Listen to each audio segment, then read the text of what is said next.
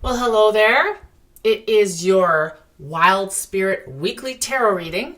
And what I'd like you to do is think of a situation in your life that you would like clarity around. The type of spread I'm going to do each week is called the Situation Do, Don't Do spread. So what that means is a situation in your life, and the tarot is going to help uncover what you should keep doing more of. And the don't do card expresses what you should stop doing, what you should let go of, what's no longer serving you. And then I've also added an extra advice card. So are you ready? So think of a situation in your life. Think about it for a second. Okay, you got it? Great. Here we go. Situation. And actually you have there are two major arcanas out of 4. So with the tarot, the major arcanas, there's 22 of them. There's 78 cards in a whole deck, and there's 22 of them that are majors. Now, major means that whatever's going on in your life, this particular situation that you're thinking of, there is an element of major turning point with it. Major turning point. There's also an element of a transition, maybe, from transitioning from one state to another state. There's also an element of a life lesson or a reoccurring theme, possibly. So all of these things unfold when we see major arcanas. If you have 2, like half of your reading is majors. All right. So the situation is the moon. The moon. So this particular situation actually feels quite confusing. It's not 100%, you're not 100% clear of where you're going, how you're going to get there. And I love the light seers. So I'm using 2 decks in all my readings now, and I'll do them for YouTube as well. I use the Light Seers deck and I use the Rider-Waite deck. So the one I just showed you was the Rider-Waite deck, but look at the Light Seers. See this? See how she's diving into the depths? There is an element of diving into the depths of your unconscious around this.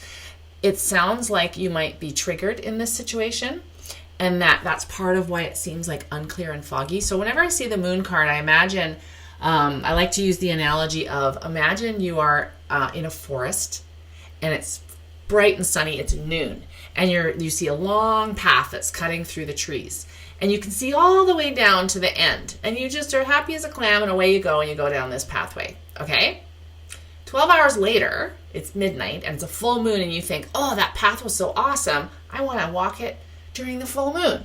There's no clouds, it's just the light of the moon. Okay, you go to the exact same path that you were just there in the afternoon, bright sunny, and now it's moonlight only.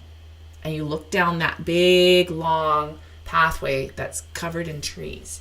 Now how does it look? Pretty effing scary. Am I right? Yeah. So that's the vibe of whatever this situation is for you. There's something about what this represents for you, either a certain path you're going. It's bringing up some of these like primal fears.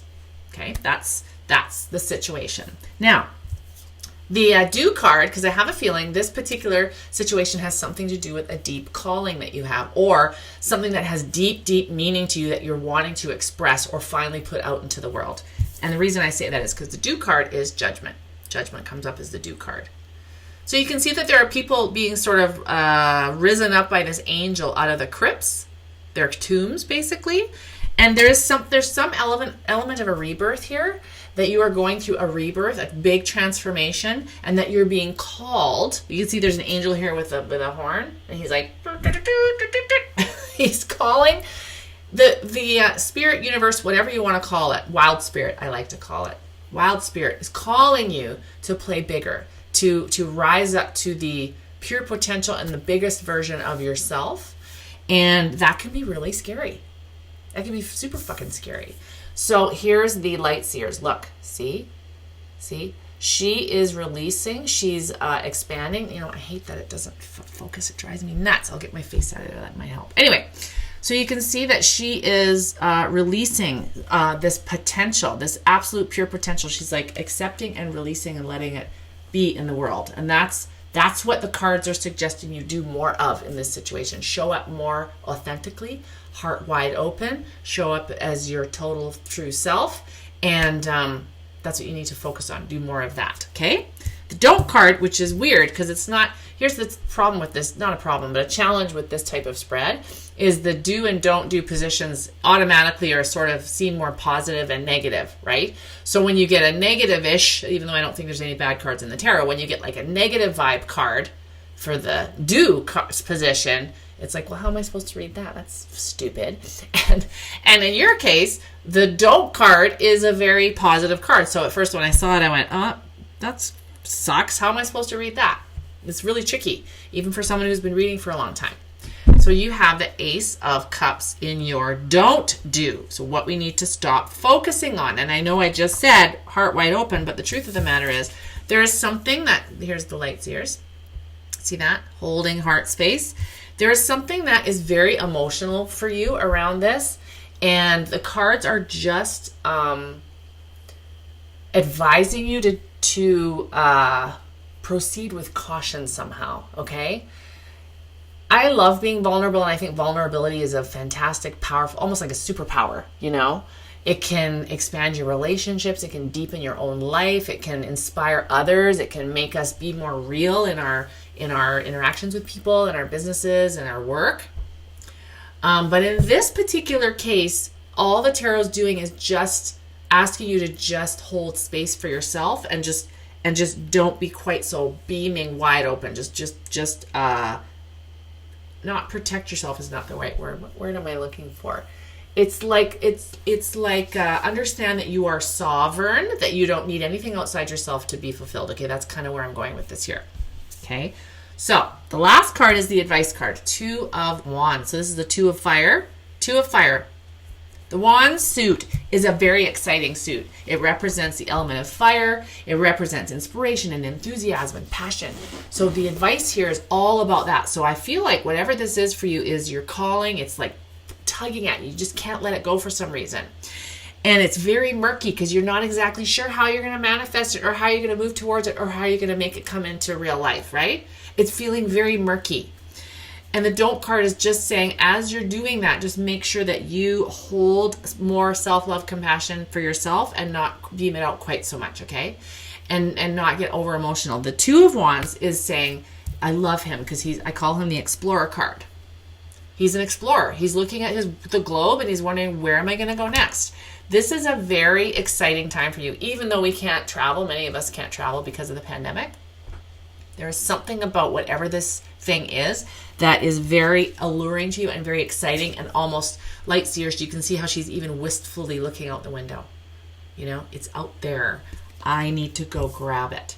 So follow your passion. Follow your bliss right now. Follow that, what lights you up. Keep moving towards that. Don't worry that you can't see the path, okay? Don't worry about that. That's life lesson. That's like